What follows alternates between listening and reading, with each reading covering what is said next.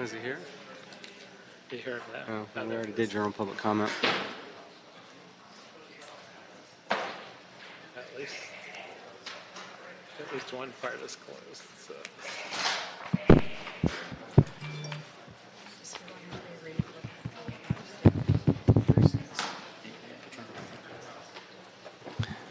Okay. Oh, there we go. Okay. Okay, you just went on air, so you might want to go through what you just did in terms of consent items. Just for the Oh, okay. All right. Since the mic wasn't on, let me just repeat what we did. We held general public comment. We continued item 11, and then we approved on consent items 1 through 10 and 12 through 17. Okay. And that brings us to item number 18. Item number 18 is a DOT report and appeal filed by Pelton Properties of the decision of the general manager from LADOT to uphold the department's approval of a new 4-story mixed-use structure and a subterranean garage at 11671 through 11677 West National Boulevard pursuant to the West Los Angeles Transportation Improvement and Mitigation Specific Plan. Okay, so if LADOT and City Attorney could come up and just frame the issue before we begin the public hearing.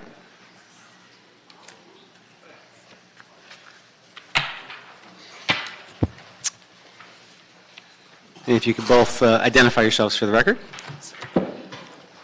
Sean Hyrie, Department of Transportation, Planning Office in Westchester. Catherine Phelan, City Attorney's Office, Land Use Division. Thank you very much. So I'll just ask you to give a brief thumbnail overview, and then I'll do the public hearing, and then I'll probably call you up for some more questions Mr. afterwards. Chair? Yes. Just for the record, Mr. Spindler, since a little ways ago in the meeting, has been making goat noises and disturbing the meeting. Mr. Spindler has gotten his only warning. If he does anything to disrupt the meeting again, we will ask him to be removed. Thank you, Mr. Koretz. Please go ahead, Sean. Good afternoon. This development is on 11671 National Boulevard, and when they came to our office for sign-off on their permits, we looked at the size of the development and determined that based on our specific plan, guidelines, and ordinances, they're not required to perform any traffic studies because they generate very little additional traffic. Based on that, we signed off on their permits, and apparently some of the neighboring developments they appealed our decision, and they asked for a traffic study to be conducted in addition to some of the issues they had with the possible impact that might be generated. But we looked at it, and our determination was correct, and our general manager replied with a letter to the other party that our determination was based on our guidelines specified in our specific plan. And again, there has been an appeal to our decision, and we are here to answer any questions regarding that. Okay, thank you. Any general comments you want to make to start? To the extent that you asked for some general overview, I would say that this, just as an overview of this is an appeal under Section 8 of the West Los Angeles Improvement Mitigation Plan. It's a specific plan that, unlike most specific plans in the city, is not a land use plan. It's really a fee program mitigation program plan. It doesn't have land use regulations. Under the appeal procedures in that plan, any interested party, in addition to the applicant, may ask for the general manager of DOT to reconsider the requirements put on a project. And then if they disagree with the general manager, they can bring that appeal to council, and that's why it's in front of you today. Thank you. Sure. Okay, so we will start with the appellant, Mr. Guadiana, and because this is a fair hearing matter, he can make a 5-minute presentation. Then we will have a 5-minute presentation, up to 5 minutes, from the project proponent, and then we will do all the public comment cards on this item.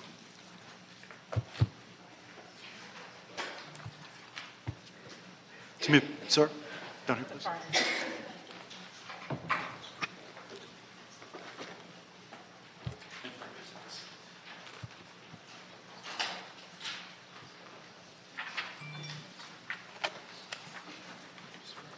Thank you. We also have some blown up photos. Okay.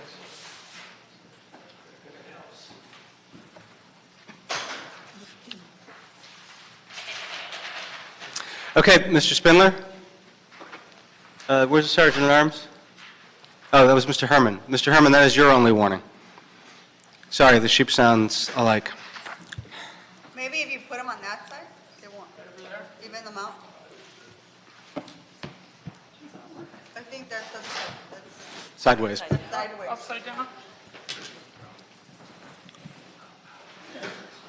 Is it the same that we have here? Yes. All right. Thank you so much. Okay, please begin. Good afternoon. My name is Ernest Guadiana. I represent Pelton Properties. With me is Lisa Pelton, the co-owner of Pelton Properties. Now, before you is a packet of photos that depicts both the project site, the Pelton property, and the alley that's subject to this appeal. So as our appeal notes, the Department of Transportation was required to identify the impacts, the transportation impacts caused by the project, and mitigate them to a level of insignificance, which it failed to do. Now, as Lisa will now explain, this project is going to cause disastrous transportation impacts that we believe the City Council must require the Department of Transportation go back and mitigate. Lisa? Well, thank you for hearing our appeal. Can you bring the mic a little closer? Thank you. First and foremost, this is a traffic and safety issue. This is not an appeal of the development itself. This is an appeal only of the access through the alley off of Barrington. The proposed plan is neither safe nor rational. It's danger to drivers and pedestrians alike. Our concerns can be easily simplified. There's too many cars on a narrow alley that was never designed to support that much traffic. If you look at your map, the original site had a building with 2 access points. The primary access was off of National. Around the corner, there was a secondary access off of Barrington through the narrow alley behind Pelton Properties. Almost all drivers use National.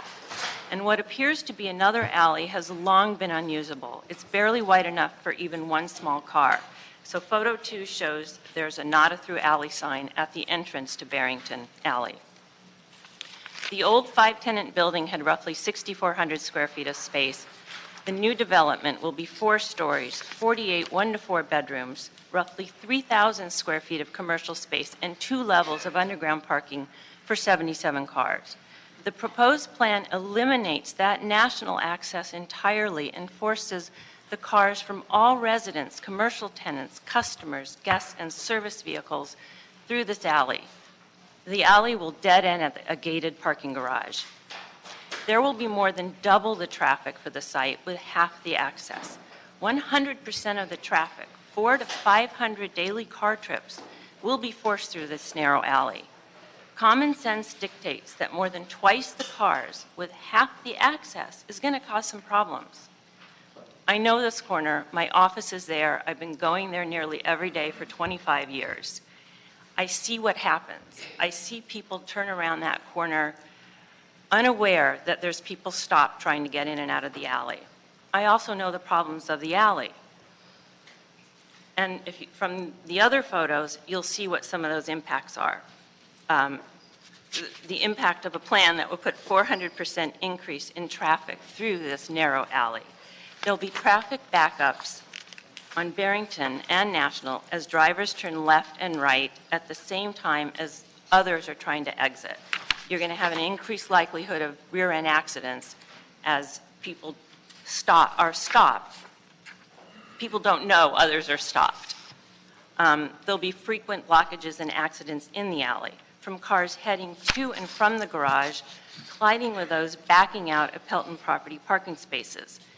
Photo 5 shows that there's no room. Photo 6 shows utility trucks, DWP, Spectrum, trash. They'll block the alley for extended periods and block access to and from the garage. Then you'll have emergency vehicles, fire, ambulance, police. They'll block the alley and any escape from the garage.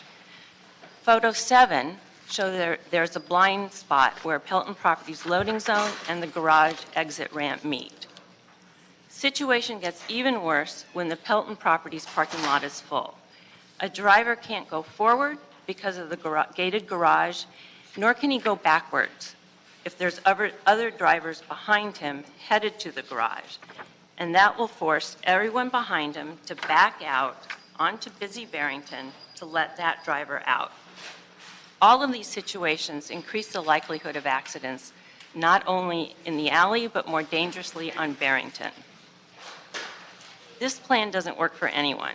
Pelton Properties, tenants and customers, city services, the Mar Vista neighborhood, anyone driving through along Barrington and National, pedestrians, and just as important, the residents and customers of the new development.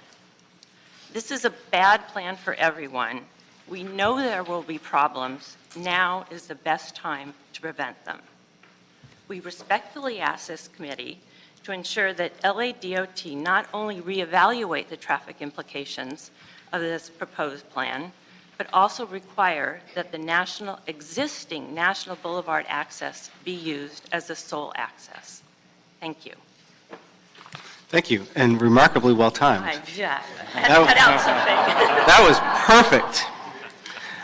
Okay, thank you. And if you have any questions about either the appeal or the impacts, we'll be here to answer any questions for you. Thank you. Next, we'll hear from the project proponent, David Freimer or David Rand.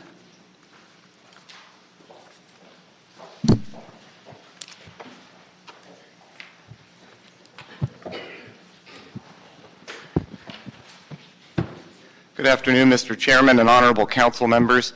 My name is Dave Rand with the law firm of Armbruster, Goldsmith, and Delvac, here today representing Freimer Development, who's the applicant of this proposed project on National Boulevard. With me today is Richard Gibson with Gibson Transportation, an expert traffic consultant who worked with the applicant on the project. I'd like to start, council members, by saying usually when developers call me, the first thing they want to know is, how do I absolutely max out this site?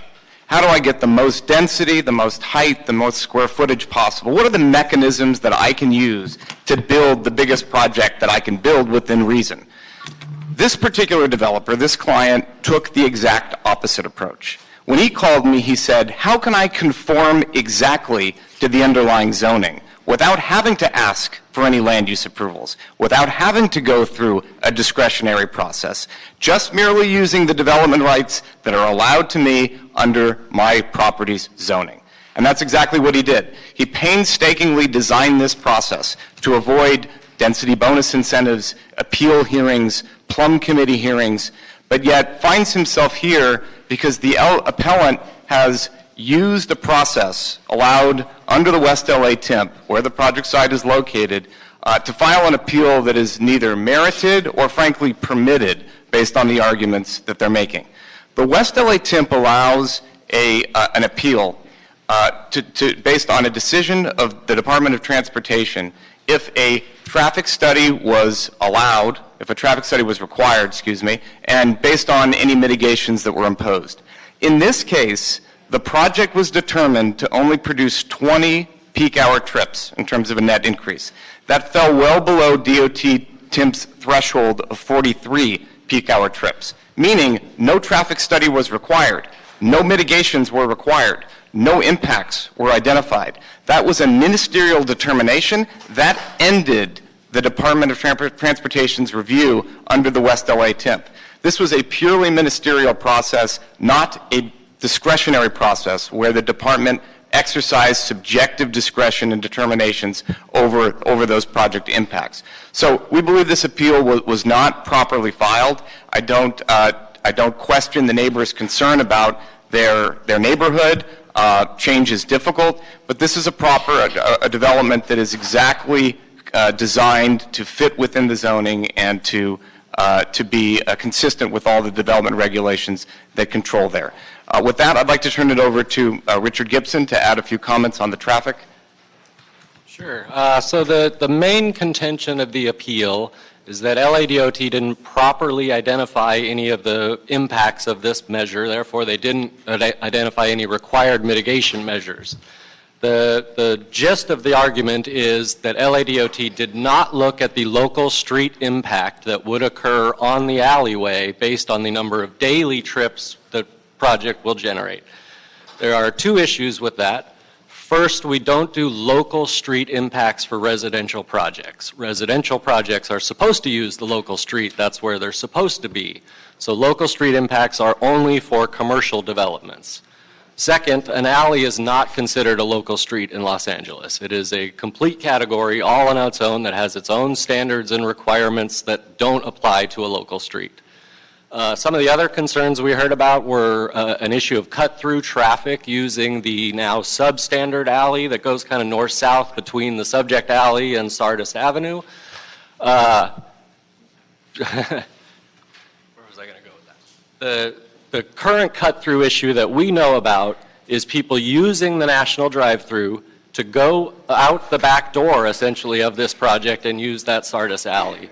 If we close the National Boulevard Avenue exit or entrance, that cut-through problem goes away. It cannot happen anymore because there is no direct connection between National and the Sardis Alley that allows you to avoid the National and Barrington intersection. So those are sort of the main points. If you have questions about some of the other ones, I'd be happy to address them, but those were the main issues that we read in the appeal.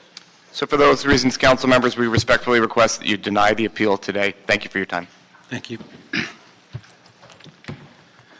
All right, I have a number of speaker cards. A few of them I can tell are from board members of the Mar Vista Community Council. Does the MVCC have a community impact statement? Okay. The community impact statement, all the public comments are 1 minute, but the community impact statement can be a 3-minute statement. Which of the MVCC members is going to do the community impact statement? Okay, Damien, come on up.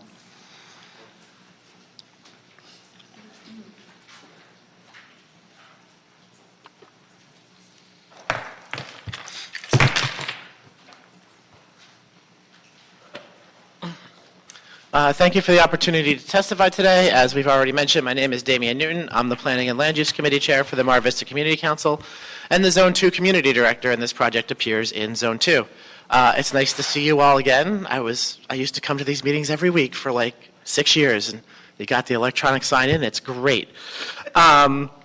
So anyway, if you guys do recognize me, you probably know me as the original editor of Streets Blog Los Angeles. We are hardly a website known for anti-development, and just as you heard from the Peltons, we're not here to appeal the development today.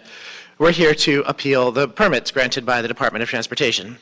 At its regular board meeting on June 12, 2018, by a vote to 8-0 with 3 abstentions, the Mar Vista Community Council passed a motion in support of the appeal of traffic determination regarding development at 11671, 11677 National Boulevard. The motion was passed after a hearing by our Planning and Land Use Committee that also led to a unanimous vote to support the appeal. For the record, I was not at either meeting. I was traveling. The Mar Vista community has concerns about the safety of the ingress and egress for the project. Located just north of the high-traffic intersection at Barrington and National Boulevard, we're concerned that allowing all of the access to the 4-story apartment building and retail through one small alley will lead to unsafe conditions, namely confusion and backup by sharing the turning lane intended for southbound Barrington traffic turning left onto eastbound National Boulevard with the project's alley-bound traffic. Number 2, traffic backing up onto Barrington and further onto National Boulevard when insufficient parking for the project impedes movement through the narrow alley. Number 3, traffic backups when the DWP trash utility trucks further constrict the alley. Number 4, elevated accident risk at the intersection of the project's 2-level parking garage with the Pelton's property loading and parking area. Number 5, increased reckless cut-through traffic using eastbound Sardis through the residential neighborhood. And number 6, impaired emergency vehicle access. The reality is that we believe that if the developer had bothered to do even remedial community outreach, this appeal would have been avoided.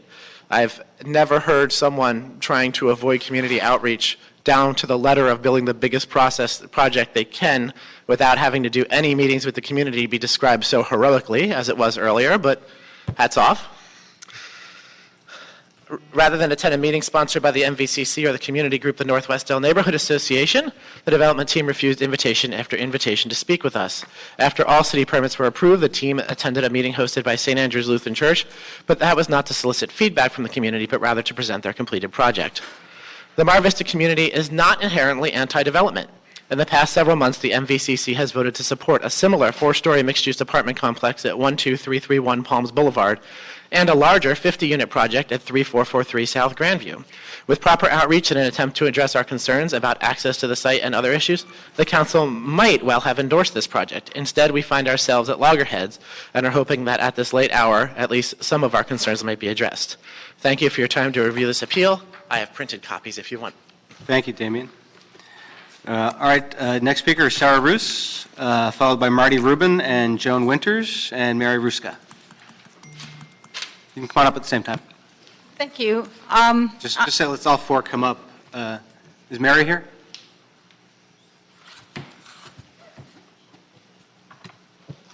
Is Mary here? She is. Mary? I think they want you to come.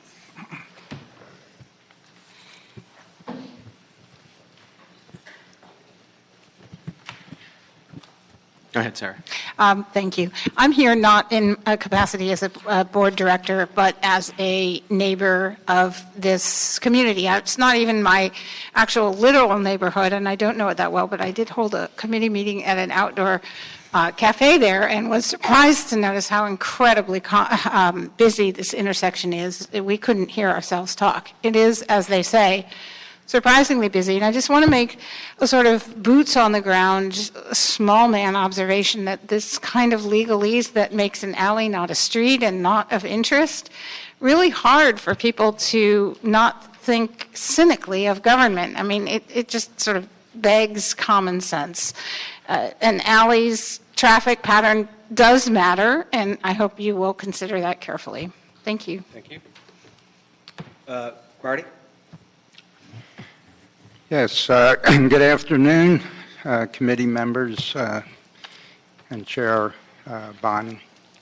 I have a couple photos that depict the situation with the cut-through traffic. I'm president of the Northwestdale Neighborhood Association, which is identical to Zone 2 of the Mar Vista Community Council. So the first photo, after following the letter, which we sent to you, Mike, is shows the left turn lane, a red circle around it, and how far back that goes. That's because we got a left turn arrow at anyhow, that backs up, and the cut-through traffic, which is depicted on the next photograph with all the red arrows, shows how they cut through on Sardis, and it's a stream of cars. It's a public safety issue, and hope you take care of it. Thank you. Joan? Hi. I'm Joan Winters, Secretary of the Northwestdale Neighborhood Association, NWNA. The NWNA officers strongly support and agree with all the points cited in this appeal. The project lies within the NWNA boundaries. And first of all, I'd like to say I'm a longtime resident of over 50 years in this area, and I could see a tremendous change, not for the better, in traffic. Residents, we expressed concern about the increase in residential cut-through traffic around Barrington and National. Ingress and egress, as Damien mentioned, to this project is passing solely by way of the alley, just 100 feet from this gridlocked intersection. It will only exacerbate backed up and cut-through traffic. We consider this a critical public safety issue for all impacted residents and their pets. We urge you to vote in favor of having this adjusted. Thank you. Thank you. Mary? Good afternoon, committee members. I won't reiterate the factual and legal arguments in favor of this appeal. Instead, I will mention that the welfare of the community has never been even a perfunctory goal of this project. Quite the contrary, it will, if completed as currently designed, create a significant safety hazard for our community. It is within the purview of this committee to ameliorate that situation, and I would urge you to do so. Thank you. Thank you. Thanks, everybody. We have one more public comment from Mr. Spindler.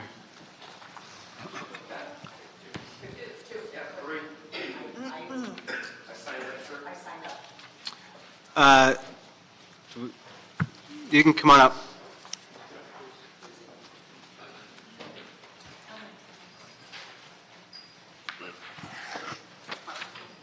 tonight, so. You probably want to sit far away. Would you like to go first? I don't. Oh, Vic, you go first, yeah. Let her go. Do I hand this? When you're done. Please go ahead. Start by giving us your name. Hi, good afternoon. My name is Chris Delavara, and I'm the owner of the hair salon located directly next to the driveway in question.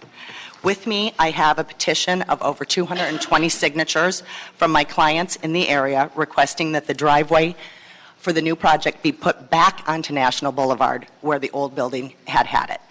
They, as well as myself, are worried about their parking safety, using this driveway as a thoroughfare for the new building's underground parking. I have also included in my documents that I'm giving you some photos to show how narrow this driveway is, and because there will be absolutely no way that there will be enough space, I'm sorry, I'm emotional, enough space to accommodate my client's parking and the hundreds of vehicles that will potentially be entering and exiting through our driveway on a daily basis. I plead with the City Council to please reconsider this. Because my business and the flow of traffic on Barrington shouldn't have to suffer when we could all just coexist. If the driveway went back on National Boulevard, my parking wouldn't be affected, and neither would the traffic flow outside of my business. So I thank you for reconsidering. Thank you very much. Mr. Spindler, you have 60 seconds. Well, I'll take over. In granting the approval... Mr. Herman, I didn't call your name. I called Mr. Spindler's name. Well, let's start my clock over, please, sir. Yes, thank you so much. So, yes, I'm actually the architect on the project. So, you know, I designed the driveway. I'm a puppet. That's what I do. And so I love the project. Yum, yum, yum, yum, yum, yum. And the developer, we love this developer. Yes, yes. We've had run-ins before with this gentleman. And yes, he does give good barbecue, yes, and he gives good cocktail parties. So join the club and become one of us, yes. So we support the project, and we like the alley, and we like more traffic and less bicycles, because we're tired of taking public transportation. I want to get my own Mercedes-Benz leased, so the city pays it, and then I want to live in that nice building and live with the wealthy, yes. So we fully support it. Go ahead, deny the appeal, and let's build this big goddamn building. Thank you so much. Mr. Herman. So in regards to this big goddamn building, yes, we need to build forward. Stopping this progress prevents us from having more congestion, and that's something I like. I like to see traffic. I like to see people backed up the ass the way Bonin takes it up the ass because he's so dope. And that's why I'm for the project. I'm in favor of all the development that's going on in CD 11 because that's how we take it. On the backside, right up your asses. And we're going to leave the fucking alley the way it is. We're going to let people use mixed use whenever the fuck they want. I support this development, 46 units, and I'm in favor of maybe even doubling that 46 because this is what we want out in Mike Bonin's area. And next time the nigger cuts me off, fuck Mike Bonin, but I support Mike Bonin and his fucking project and his fucking developers. Hip, hip, hooray, asshole. All right, thank you for that. All right. So, why don't I ask DOT and City Attorney to come back up?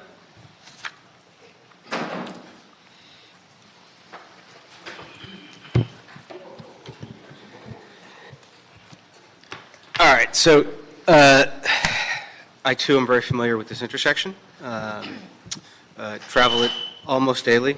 Can we control that, Mr. White? Yeah. Thank you. Travel it almost daily, so I'm very familiar with the issues that my constituents have brought up. And I found much of their presentation very compelling. I know there are circumstances in city government where common sense conflicts with the law. Whenever possible, I prefer to lean towards common sense. Explain to me from DOT's perspective first how this cannot be something which requires more mitigation. The problems that the appellant and the business owners and the residents identified are real, and from my perspective, predictable that what they're speculating will happen as it will happen? I'll give it a go, then I'll ask Kathy to complement what I'm saying.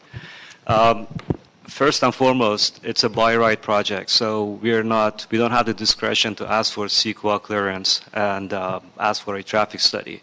Secondly, the development based on the size and the type of development they have only produce about 15 vehicles during the AM peak hours and only 5 during the PM peak hours. That doesn't come anywhere close to the threshold of 43 vehicles during the PM peak hours to warrant a traffic study. Now, this project came in during our previous ordinance, the previous West Side specific plan. The new one has a lower threshold, but still is not met here. The new one requires 25 trips for us to kickstart a traffic study, but this one still falls below that. So we don't have any rights to require a traffic study. As far as the driveway not being on National Boulevard, it's been our policy to discourage, not prohibit, but discourage driveways on major streets whenever an alley is available and it's possible to use an access from the alley, mainly because of the ingress and egress. And I was just reminded this morning that the Department of Street Services had denied their applicants' request for a driveway off of National because of some zoning issues, that they have two different types of development and it wasn't allowed to provide access through one zone to enter the other zone. So, but as far as DOT is concerned, we always discourage access on major streets when there is a chance to utilize an alley for access. Okay, I get that, but that then is a matter of policy and one of discretion for the department, yes? Right. Okay. Because not every driveway on a major street and not every alleyway is equal, right? Correct. Okay. When DOT made that determination, did it take a look at, either through site visit or through photo, the particularly narrow and particularly odd configuration of this alley and the issues that would be brought up about people having to back out onto Barrington to let somebody out? First of all, let me clarify. We didn't disapprove a driveway off of National. The applicant never asked for one. I was just stating our policy that we encourage access through alleys whenever possible. And the alleyway that's leading from to this property directly is not the one with the pinch point. Is actually when it turns in 90 degrees towards the other street. I forget the name right now. That's where there is a pinch point and there is a little bit of a narrow portion. But again, because we've determined that the number of trips we anticipate going through this, being created by this development is so little, we don't anticipate a lot of the issues that were brought up. So this may be a question for the city attorney. It's a by right project. I get that. There's no discretionary approval from the city for the project itself. Does that mean that the applicant could have put the ingress and egress from any point they wanted? It could have been anywhere on National, anywhere on Barrington, could have been the alley, or it could have been sort of diagonally from the corner? Again, driveway, the driveway is our, whether or not they have to do a traffic study, we still have a say in where they put their driveway. We have to make sure they follow our guidelines. Had they asked for a driveway on National Boulevard, we might have looked at it and determined if it's safe to have a driveway there. But again, our policy has been to always encourage usage of alleys. And since the applicant came to us with that proposal, we never said anything about it because we were okay with that. We want them to use the alley. As far as what Bureau of Street Services has a problem with, that I don't want to get into too much detail about it because I don't know all the details of their policies. But I know they were not in favor of a driveway off of National. Okay, and I'll turn it over to the city attorney now for further clarification. But just from a layman's perspective, you did everything you're supposed to do. You did it all by the book. Totally get it. From the layman's perspective, it does not feel like there was anything in that process that was looking out for the constituents or for the neighborhood. Because just this is where they wanted to put it, and so we were okay with that, but there was no analysis built in to say what actually would create a better traffic flow. Not impact, but flow for the neighborhood. So maybe city attorney or whoever.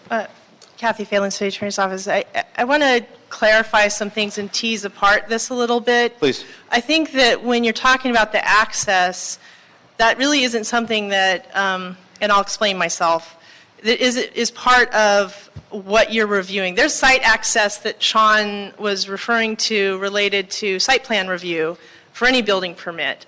But what this appeal is about is the interpretation and whether or not the general manager of DOT got their interpretation right of the West LA TIMP.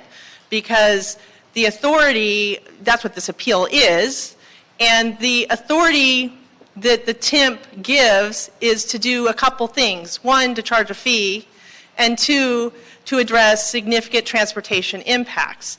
But significant transportation impacts, unlike you're used to with land use approvals, is not the CEQA-defined significant impact. It's defined in the specific plan. So the specific plan only gives DOT authority to do requirements and look for mitigation once you've hit that definition of significant transportation impact. And if you turn to section 3 of the specific plan, it expressly defines significant transportation impact as an increase in volume capacity ratio at an intersection or an increase in average daily traffic volume on a local street.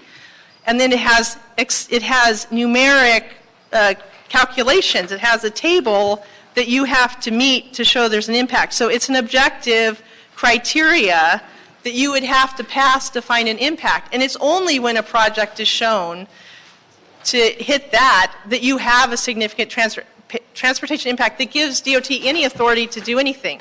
So as far as looking at this access to the site, they wouldn't be looking at it under the authority of this plan. They couldn't impose a single condition unless there was evidence of a significant transportation impact under these defined terms. So impact under numeric thresholds for alley, I'm sorry, we're getting to alley, intersection or street.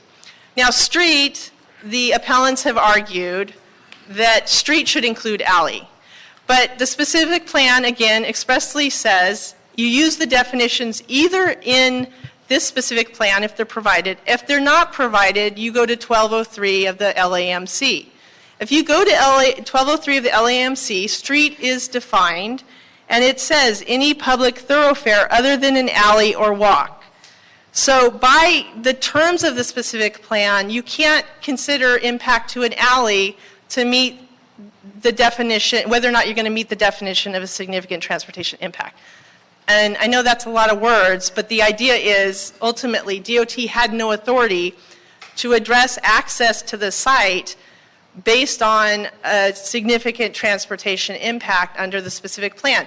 They have separate site plan review that they do under the building code process where they seek a plan check for safety purposes to the different departments. And they can speak to that, but that's not under this plan. That's separate. So you're saying that DOT couldn't legally do what the appellants are asking? Yes. If they didn't meet the definition of significant transportation impact as it's defined, we can read that, but it's numeric thresholds for how much capacity, how much volume capacity ratio is going through an intersection or a street, a volume capacity for a street. And trigger point is the number of trips that are generated, number of additional trips that are generated. And for this project, we don't come anywhere near the threshold that would require us to ask the consultant to do this. So it's the number of trips generated by the project. Got it. But you can't look at the number of trips that are different on a particular access point? Again, because the number of trips off of Barrington into and out of the alley are going to be significantly increased.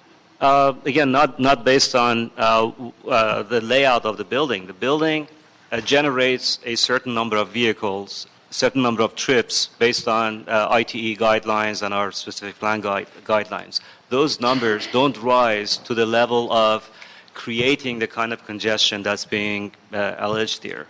And again, those numbers have to reach 43 for us to even ask for any kind of a study or analysis. These numbers are 15 and 5, so they're way below. We don't, based on our 20 years of administering this plan, we've never had a project this small create so much havoc or congestion as it's being alleged.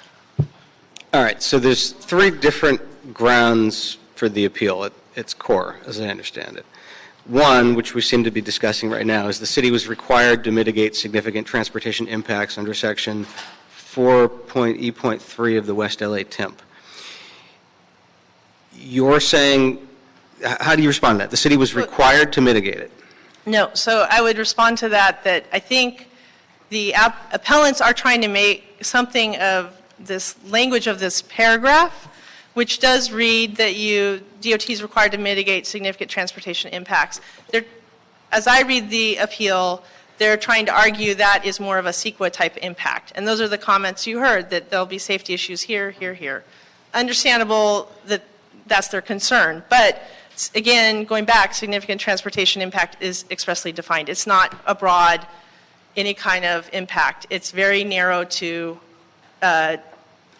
capacity ratio numbers. Separately, the interpretation of DOT and planning department, which you could call planning up here, is that that section doesn't require you to mitigate any significant transportation impact. It requires you to mitigate ones that have been identified in a traffic study required by DOT when it's triggered by reaching 43 trips. Since, as you've heard, it never reached the 43 peak hour trips being defined. They didn't require a traffic study. They didn't identify significant transportation impacts. There's no mitigation that can be imposed. Let me ask a more pointed question. The appellants are contending the city was required to mitigate. Are you saying the city was not required or the city is not legally allowed? Not legally allowed. Under this specific plan.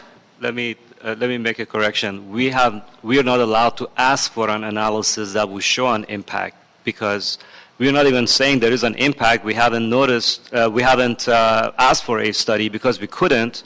Had there been a study, it would have shown that adding 15 trips is not going to create an impact. So there is no previously identified impact that we're talking about here. Their appellants are asking us to require a traffic study because they think there is impact. And we haven't identified any impact. So when Kathy is saying we're not allowed to ask for mitigation. I'm just trying to get very clear on if this is stuff that DOT or the city chose not to do or the city is not allowed to do under the TIMP. Under the TIMP, it's set up to have an express scheme. They were not allowed to do anything outside of this express scheme. The express scheme says you do a traffic study when there's 43 trips. 43 trips weren't met, so there's nothing more to do for them to impose mitigation. They would not have been allowed to impose mitigation. If they had, then the applicant could challenge the city and they would, I believe they'd prevail. So I get that it says that you have to do the study if it's 43 trips. Does it explicitly say that you can't do a study if it's 42 or 37 or 12 trips? No, it does not say that. There is a cut and dry number, but we've had applicants who had come in, they had like 42, 41, and we advised them because you're so close, err on the side of, being conservative. And most people do a study if they're close enough to it. But like I said, this development is 15 a.m. peak and 5 p.m. peak trips, far short of the 43. So it's not even a gray area where we can say, well, maybe you should do a traffic study.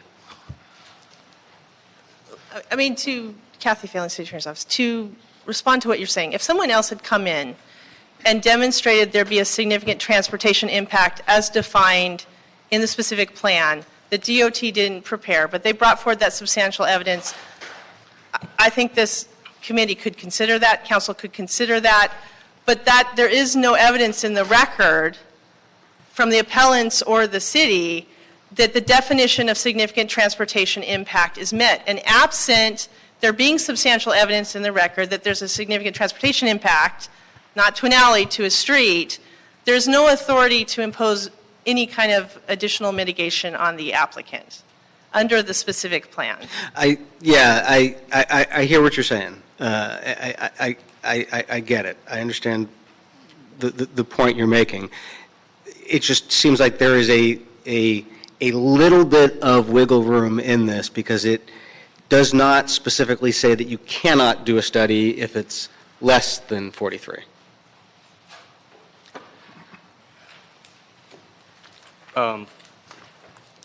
Well, you're right that it doesn't say that. Okay. I think DOT's trying to speak to the fact that they, based on their expert opinion, it wouldn't have exceeded that. Well, no, I get that. I'm looking to see what is. I don't want to get the taxpayers of the Los Angeles on the hook for a lawsuit where we lose a lot of money. But there is a little bit of wiggle room, or a little bit of wiggle room for the argument that the appellants are putting in to get into the mix. That makes some sense to me. And my job is to try to make government work for the people I represent. So you've just started to outline what the city's exposure might be if we were to grant the appeal, which I would like to do. Could we, tell me if this is possible, refer this to council without a recommendation and agendize this for closed session so you can brief us on what that legal exposure really is? I don't believe it, and Michael could speak to it, but there's been no threat of litigation at this point in time. No, we couldn't go into closed session on this. I mean, I would like to say one more thing about this, what DOT could do, what they don't have, this is a type of statute that they can only do what it gives them authority to do. I do not believe they could require a traffic study that doesn't meet the trip count. So, I think I left open a possibility, but DOT doesn't have the authority to require the applicants to pay and do a traffic study that isn't triggered by the specific plan. So I think that would not be legally allowed. What authority does DOT have to do this outside of the West LA Temp area? They don't, because it's a ministerial project. If they have the right to look at safety and access issues under any building permit review, and then they could speak to their authority on that. I'm not.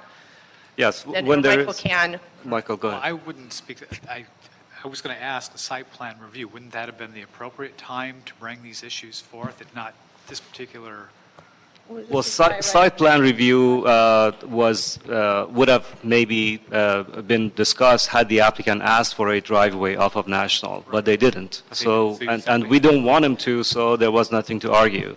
As far as a traffic study being asked for or required, we couldn't ask for one. They could voluntarily do one, but we couldn't enforce it and require it based on community outrage. Okay. Having heard, thank you, Mr. City Attorney. Having heard the case and the analysis, the arguments from both sides, I'm inclined to recommend that we grant the appeal on the basis of the first point, that the specific plan in the TIMP does not specifically prohibit DOT from doing the traffic study and the analysis if it's less than 43, and that would be my recommendation. Do I have a second on that?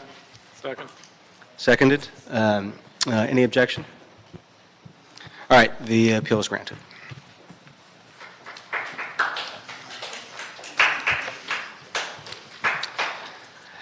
Okay, that wraps up the regular meeting. Yes? Yes, sir. All right, so we will adjourn the regular meeting and we will convene the special meeting of the Transportation Committee. I'm Mike Bonin along with Nuri Martinez and Paul Koretz.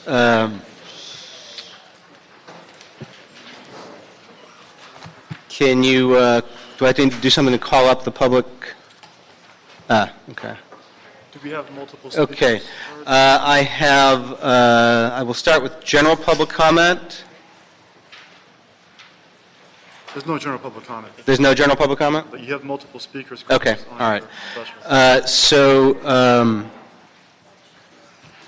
I assume the speakers on item 1 and item 2 are, who's the speakers on item 1? There are 5 on speakers 1, item 1. All right, on item number 1, let's do item number 1. Item number 1 is a resolution Martinez-O'Farrell relative to prohibiting the parking of vehicles that are in excess of 22 feet in length or over 7 feet high during the hours of 2 a.m. to 6 a.m. along the 15300 block of Wyanetta Street between Firmament Avenue and Sepulveda Boulevard and the 6600 block of Tobias Avenue between Van Owen and Kittredge Streets. Councilmember, you have 2 speakers that are multiple item speakers. You can call them up and give them a total of 2 minutes for the Sure. wait. Yes, Mr. Harmon and Mr. Spindler.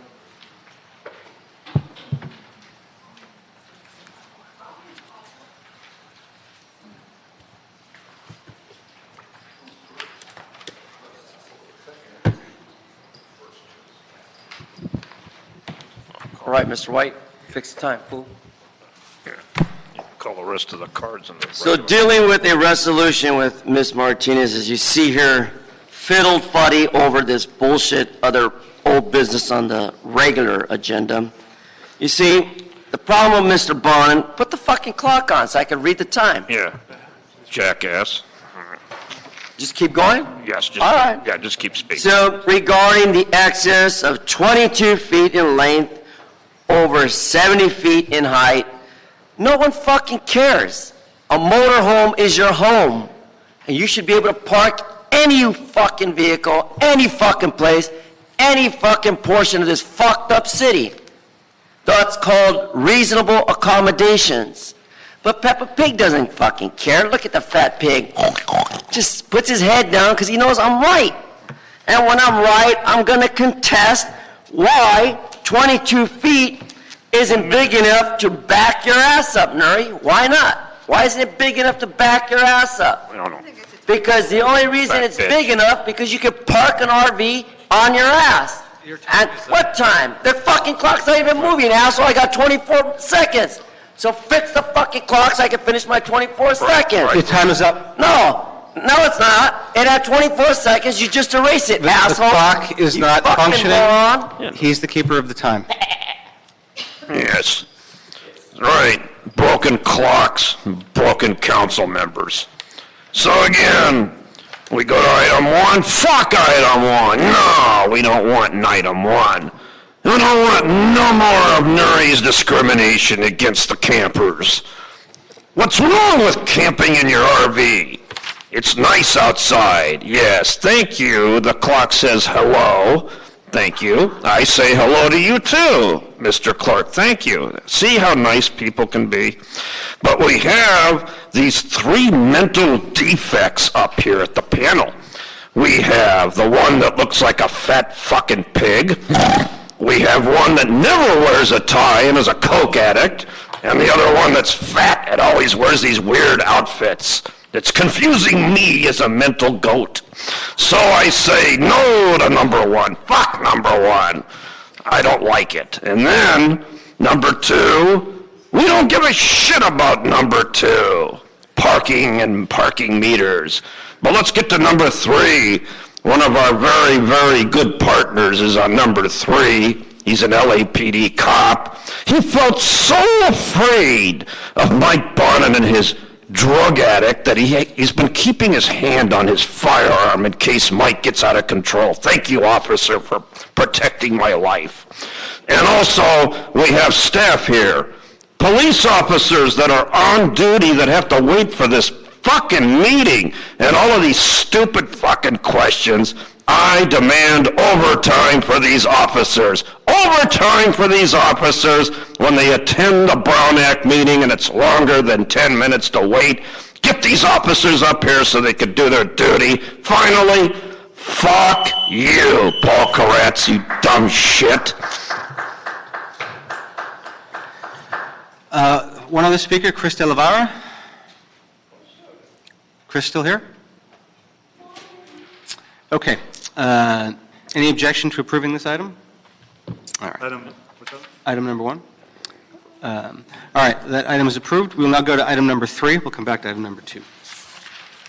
Item number 3 is DOT reports relative to dockless on-demand personal mobility services and recommended rules and guidelines. All right. Any staff here on this? Come on up, Marcel. Colleagues, ladies and gentlemen, this may seem a little bit like deja vu because we just had this item in committee on June 27th before recess, and we made our recommendations, and they were next to go to the Public Works Committee. Wanted to pull it back briefly to make a few clarifications and changes to address some concerns. Just to sort of summarize where we are, the core elements of this pilot program on safety, all vehicles will be required to adhere to California safety standards and submit a record of reported collisions on a monthly basis. We'll also require bikes to have a tail light. California law only requires headlights. And scooters to have a minimum 48-point font notice not to ride on sidewalks. On operations and maintenance, operators must provide maintenance logs and have a staffed operations center with a 24-hour hotline. And on parking, operators will be required to use technology that can tell if a device is upright. And operators are required to maintain a 24-hour hotline and respond to improperly parked or inoperable devices within 2 hours. And not meeting that standard subjects the companies to having their permits revoked by DOT. We addressed fleet size in a way that allows a minimum and a maximum and also allows additional devices in disadvantaged communities with a special emphasis on additional devices in disadvantaged communities in the San Fernando Valley. On fleet composition, to make the system more accessible to people with a range of fitness and abilities, operators would be required to either make 50% of their bike fleets electric assist or 1% of their fleets handicapped accessible. We proposed and included an outreach and equity plan. Companies would be required to prepare an outreach plan that reflects local stakeholders in each community, including neighborhood councils, business districts, community organizations, and disability service providers, as well as, I believe it said, seniors as well. There are incentives built into the program to encourage companies to serve low-income communities, and operators must provide a non-smartphone option for reservations, a cash payment option, reduced fares for low-income individuals, and a multilingual phone app and call center. There's a data sharing standard where LADOT is proposing a new data standard for the industry so we know what's going on and can make smart management decisions. There are permit pricing fees, $20,000 for the annual permit, $130 per vehicle, $39 per vehicle in a disadvantaged community to incentivize them being placed there, and cost recovery for a Bureau of Sanitation for removal and relocation of vehicles, and a bicycle performance bond, or vehicle performance bond. Device performance bond, I'm sorry. For enforcement and evaluation, LADOT will use the data collected from the pilot to evaluate operators and enforce permit conditions. If an operator is not responsive, LADOT will partner with Bureau of Sanitation to remove improperly parked or inoperable devices from the public right-of-way. That will be worked out in the Public Works Committee. So that pretty much is where we left things the other day. The reason I wanted to bring us back is talking with Ms. Reynolds, there were a couple things that we thought needed to be addressed. One is speed. The other is transition period, and the third is unanticipated similar devices. So on speed, what I'm hearing is that now that we have more folks entering the market, companies are going to want to compete with each other over who can go fastest. And that poses a safety problem. Particularly until we get enforcement under control about sidewalks. So I understand some of them have a governor that regulates them at 15 miles an hour. Some of them want to go up to 20. That's going to pose problems. The general standard measure of the average rider on an average beach cruiser is 12 miles per hour. and that has been the standard that the South Bay Slow Speed Network Master Plan is using as a cutoff point between sidewalk modes to be more compatible with pedestrians and street modes and stuff like that. So I'm going to suggest that to operate in the city of Los Angeles, the governor for these vehicles has to be set at 12 miles per hour, so that it's not a wild, wild west.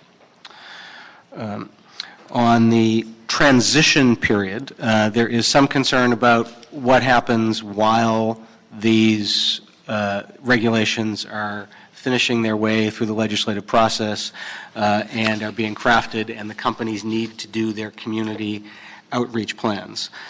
So at the suggestion of Ms. Reynolds, and I agree, is that we come up with a conditional permit to be operational for no more than 120 days after council adoption, and that conditional permit include minimum liability, a performance bond, and indemnification requirements, as well as disclosure of fleet size and service areas defined as where they rebalance to each morning as of a date certain, which we can discuss in a second, to avoid an expansion rush before the program starts. There are some places that have these and are comfortable, and then there's some places that don't want them in place until the new regs are fully on board. The final requirement on that would be a no expansion requirement for the duration of the conditional permit, so that any future expansion occurs via the permit application process. And I thought Mr. Koretz may have some thoughts, although he may oppose the transition period altogether and stick with the ban, but some thoughts on the effective date of the determination of the existing fleet size. August 1st, or you could go back a couple weeks to prior to your vacation. Well, I have a lot of thoughts. When we last came to committee, I didn't have major objections. That was based on probably having seen 2 scooters maybe live in operation, and the problems and safety hazards weren't obvious. I'm going to say now I've seen at least 1,000. So my stretch, particularly of Beverly, I live right off Beverly, in between at La Cienega, at the Beverly Center, and La Brea. So just that stretch, which I see every day, I've probably seen 1,000 of these. So I have seen 1 helmet in usage. So that makes me very concerned, because I think helmet usage is critical, and we're fortunate that we haven't had a devastating skull fracture yet that I'm aware of, but I would say that's only a matter of time. So we have to find some better way to get people to use helmets. And I think I've heard from a few of my constituents that do around the Palms area near actual transit, but the area I'm seeing, there's virtually no commute. It's almost all people that just look at it, say, this looks like fun, and get on. I've seen 2 riders a fair number of times, and I've heard of a few cases where 2 riders has resulted in 1 or 2 of them falling off. How we enforce against that, I don't know. As our look at state law, it would appear that riding on sidewalks is illegal, and I would say on Beverly Boulevard, virtually all of the riders we've seen have been on sidewalks. It also appears to read that streets that are 25 miles an hour or higher can't be used as well for electric scooters. So virtually every usage I've seen is illegal, both because it's on a sidewalk or a street, 2 riders, no helmets, and we've seen a number of underage kids on these as well, often in cooperation with their parents. So you'll see the father, the mother, the 12-year-old sister, the 10-year-old brother, and the 8-year-old brother, and they'll be on 5 scooters zipping along. So they are endangering their safety with their parents' participation. It's not personal rapid transit? Well, it's a different variation. My personalized rapid transit has a perfect case of no fatalities in the entire world. This has had many more injuries in a short period of time. I even, at National Night Out last night, had a very angry 12-year-old who said when he turns 18, he's going to run for city council and try to reverse the ban that I'm trying to pass. Well, the fact that he's mad because he's a regular user of these at 12 sort of makes my point. Also, hey, well, I'll be gone by then either way, so I'll be termed out. As long as he doesn't run against you. Yeah, so it's fine. Got 3 words for you. Alexandria Ocasio-Cortez. Yeah. Even almost my last name. We've seen a lot of minor injuries. We see a lot of people banged up. The worst one for a pedestrian in my district had her arm broken in 10 places. As far as users, the worst one I personally know of is one of my staff members who used one and got pretty banged up. A lot of injuries, a lot of diving out of the way of these. I've had a couple of close calls myself, but we've gotten literally hundreds of calls from people that have had to avoid these on the sidewalks. And how we enforce whatever we decide would be difficult, especially all of these different kinds of violations. So how we deal with hundreds of complaints, how we deal with all these different violations of state law, and whether we actually can craft something that is legal, and how we deal with the many people who have been banged up, both drivers and innocent pedestrians, is a big question for me. I think reducing the speed is a really good idea. I think that's helped to generate some of the conflicts. But we've had some really bad incidents. Not uncommon is a driver to bump into a pedestrian and then challenge the pedestrian to a fight. We've had a few of those. I mean, there's so many bad actions that are happening as a result, and very little good. So I have now come to question the safety very dramatically and wonder how, as part of this, we have meeting state law and enforcing that as a portion of this whole system. And so from my point of view, I haven't yet seen a way to do this to make it safe and to conform with state law with any deadline. So I would like to hear us have a path to do that as part of this program before I could support it. Okay, I was trying to give you something on that transition period date, but would there... Right now, never would be my date that I would look for. Okay. Offer a suggestion, a legal suggestion in terms of that might solve, I'm sorry, that might help you if you want to do conditional permits, is to include a provision that says that the permit will be automatically revoked if they violate the terms and conditions of the conditional. Yes, absolutely. Yeah. Because if they violate, as you're saying, then the department can automatically revoke their permit. Yeah, DOT can revoke the permit for various reasons under both the conditional and the regular. But if they are violating state law or violating helmet regulations, everybody's in violation. So it's just a question of where you happen to be to enforce, unless we have a plan to actually meet state law. We're going to do this to Toyota too? Well, we regulate cars in thousands of different ways. Right now, we don't regulate these particularly. Okay. So, yeah, let me just mention the third point I was going to mention For kicks. is Go at it, yeah. The third point I was going to suggest is that, so you can comment on all three, is government is really slow to respond to emerging technology, particularly in the transportation field. Uber and Lyft, dockless bikes, dockless scooters. So one of the things I wanted to add to the regulations was a general section that would cover any emerging app-based mobility technologies, that they'd automatically be covered under the framework of the regulations, so that if we get dockless mopeds or dockless hovercrafts in the next year, we won't have to be scrambling to deal with them. We will already have the framework. So, Ms. Martinez.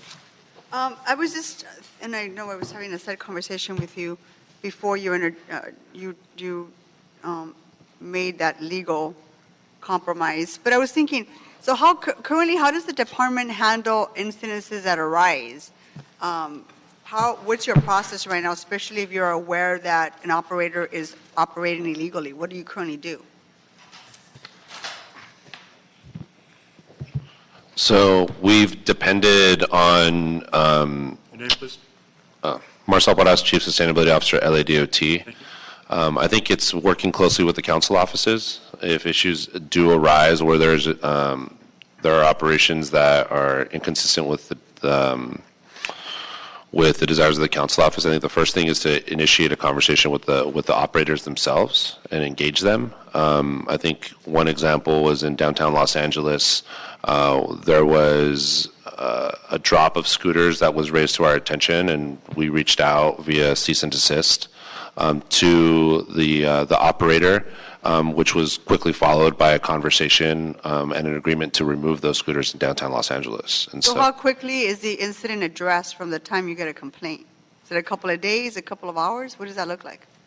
well, right now we don't have A process? a process because, again, we don't have the ability, LADOT, to impound the vehicles themselves.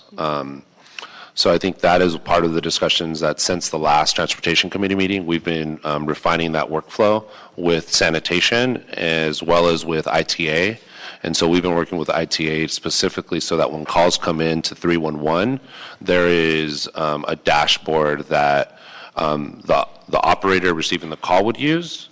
And then also part of that functionality would ultimately be a dashboard for the operators or integration into their own system via an API. Now that specific discussion has happened since the last T committee in terms of formalizing more. ITA is putting together a budget for us so that to operationalize that.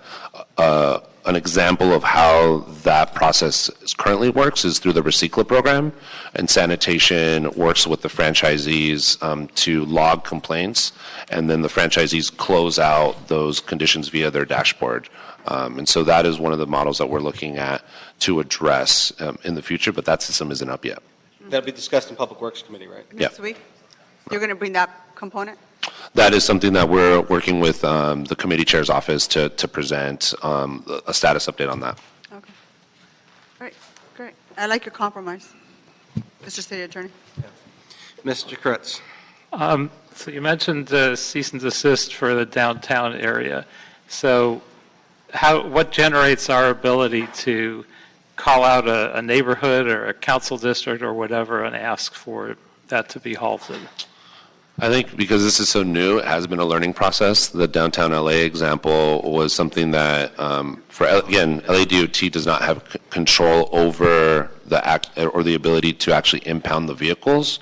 And so I think that specific piece of it would be either on Bureau of Street Services or Bureau of Sanitation. We feel that connecting the dot on that and completing that workflow process is integral. So that's why we haven't been, until we can resolve that issue, then we don't want to be sending out future cease and desist letters that don't have any teeth from LADOT. But I think that's a discussion with and coordination with the city attorney, with sanitation, and then also with LAPD. So what was the result, though? Did the scooters disappear from the area where we did the cease and desist? Yeah, so how do I access the exact same process? So I think that what we would do is we would schedule a meeting or direct the operators to work with your office so that they can specifically know where that geography is happening and where that impact is. I think what you're getting at is, can they in the conditional permit actually include the areas in that permit that say you cannot go into? For instance, if you don't want them in CD5, is that permit going to, or is the conditional permit going to identify specifically where they cannot be? Because if they don't know where they can't be. Is DOT allowed to do that? If you're doing conditional permits in the council office, council districts are sold. Okay, that'll take care of it. Okay. Say that again. So you want to put a provision in there where any council member can ban them from coming Well, into it's not. a You're specific area or a specific council district? You're looking at it at a conditional permit while we're developing the rules and regulations. Once the rules and regulations are in place citywide, right now, I'm a little concerned that we're going to be sending cease and desist letters, and every time somebody goes into one other district, Got it. it's going to create chaos. Got it. Yeah. But for the conditional permits, I think Got we're it. in a pilot stage, right? Yes. This is even a pre-pilot stage. Yep. Okay. So the recommendation then, trying to incorporate, I was hoping to do today and add in some of the little nuances, is recommend that we amend the June 27th T Committee report to add the following direction. 1, further amend the dockless on-demand mobility rules and guidelines to add a 12-mile-per-hour speed limit for scooters to safety section, page 4, and provide that LADOT may revise speed limit based on collision and injury data. 2, authorize LADOT to issue revocable conditional permits to companies currently operating in the City of Los Angeles that include provisions for liability, performance bond, and indemnification requirements. Those revocable conditional permits shall expire no later than 120 days after council action, and conditional permits shall require the disclosure of fleet size and service areas as of August 1, 2018, and stipulate that no expansion is allowed under the conditional permit. And 3, authorize LADOT to apply the provisions of this program and the framework of these regulations to similar devices such as app-based mobility devices that have not yet appeared. Is that clear? Clear. Good? Uh-huh. One question. Mm-hmm. So I think it's great that we include a prohibition from scooters being ridden on sidewalks. Yes. Now, since most of them are being ridden on sidewalks, how do we enforce that? The enforceability is going to be handled by the Public Works Committee, which deliberates next week. So that'll be the next step Yeah. in that piece of discussion. Okay. Yep. We do the mobility side, they do the enforceability side. Okay. Without objection, that is the direction of the committee and the revised guidelines, which will next go to Public Works Committee. Thank you. Oh, I'm sorry. Nope, we're not done. We had one public speaker card. So Eric Ide.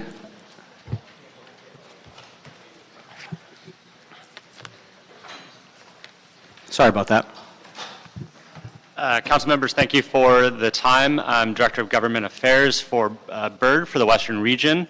We're a locally based company here and appreciate the collaborative nature to come up with a regulatory environment that meets the mobility needs of Angelenos, but also incorporates the safety needs of the community.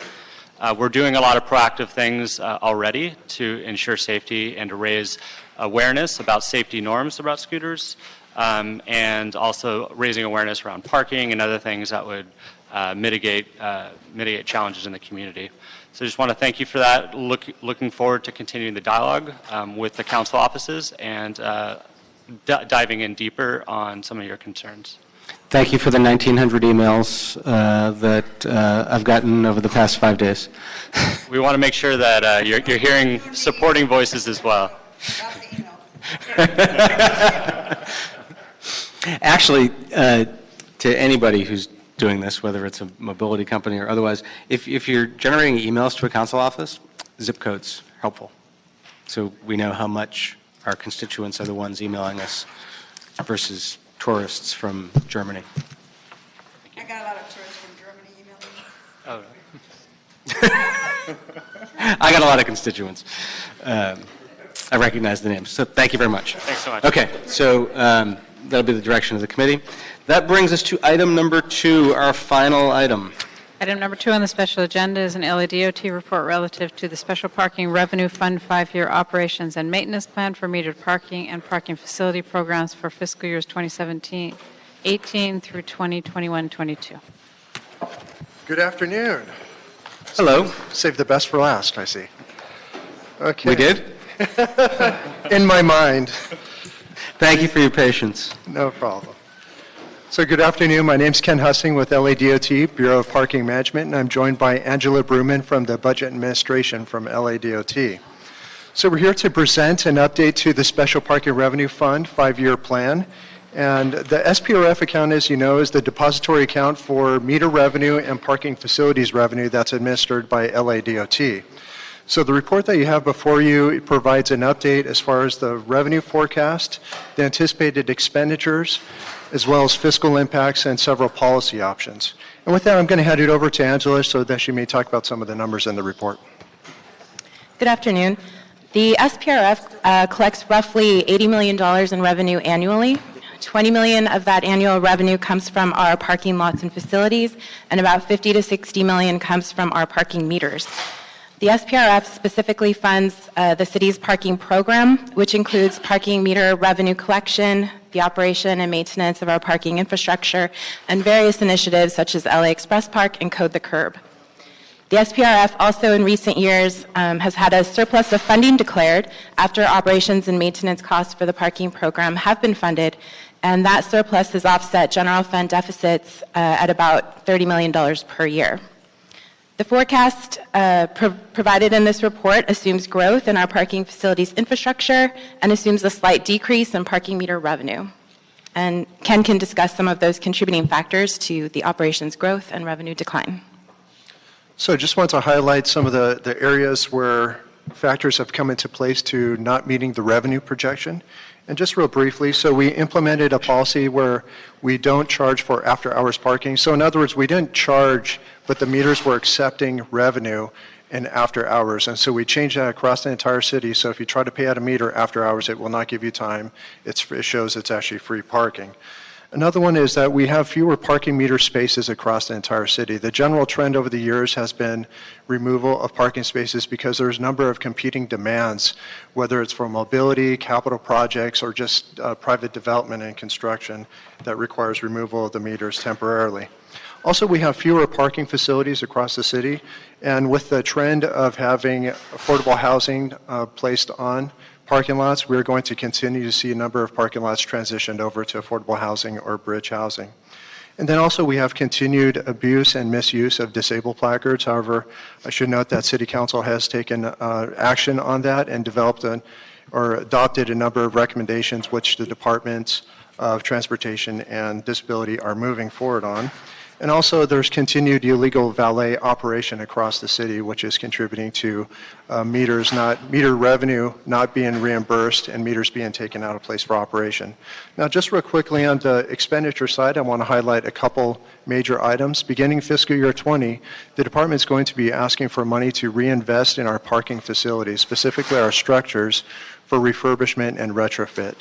And then also we're planning on, or we're hoping to have a new automated garage, spent some money over in Venice to create an automated garage, and we are looking for design funds beginning in fiscal year 20. And with that, I'll be happy to take any questions. Thank you. Thank you. Ms. Martinez? I have a few questions. So, so have you looked at ways to capture our lost revenue? Like, for example, when we talk about the shared bikes, we talk about losing existing city infrastructure, and we've looked at ways to charge them. Yeah. Have you looked at ways to charge some of the lost revenue to some of these construction projects just to be able to recuperate our loss in revenue? So yes, there's a few different ways that we're looking at it. We are considering a policy. So when meters are taken out of place for more than 30 days, we're looking to have, or we're hoping to have developers reimburse the city when it goes beyond that period. Most development projects fall within 30 days, the smaller developments. And the reason that we're looking at that policy is sometimes meters are actually taken out of place for years and there's no incentive for them to hurry up and put them back. So we think that's a prudent policy. Now, when it comes to different mobility options, we have been working with Marcel Porras to develop policies to where depending on the provider, if it's a city or a city program, or if it's a private developer, that they would actually reimburse lost meter revenue for the space, and creating different pricing structures so that the city is reimbursed for that space being taken out of service. Okay. That's it. Thank you. Mr. Kretz. So how active are we in pursuing the disabled placard issue, and how much of that 40% in some of the problem areas do we think we can knock down? So I Certainly think Westwood Village in my district is one of the worst. And that area has been well-known for, high placard usage. And so the city is looking to do state legislation. We've talked with different legislatures or legislators, but there is no legislation that has been introduced. We've engaged in conversations with other cities.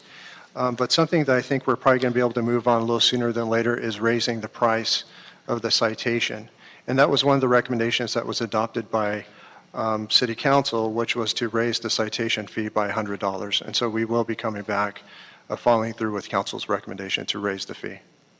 Yeah, and obviously that'll help with the extra fee, but in terms of actually getting people to change their practices, and I think most people will assume they can avoid getting caught and will continue. And you're correct. I think what is needed is additional enforcement, but really to get to the root of the problem, I think we have to reform the state law. And that was one of the recommendations from the report, and that's what we're actively trying to do. But again, that is state law that we can't change by ourselves at this point. And I don't know if state law can address misuse, but we've all seen people use a placard and then hike uphill 3 blocks to their office rather than parking at their office because they'd have to pay a certain amount of money for that parking. So if they're really disabled, would they really need to be able to hike blocks to avoid paying for parking? I mean, there should be some way to be able to enforce that based on what you're actually able to see in terms of a person's health. They shouldn't be able to just say, I'm disabled, and then not truly be disabled.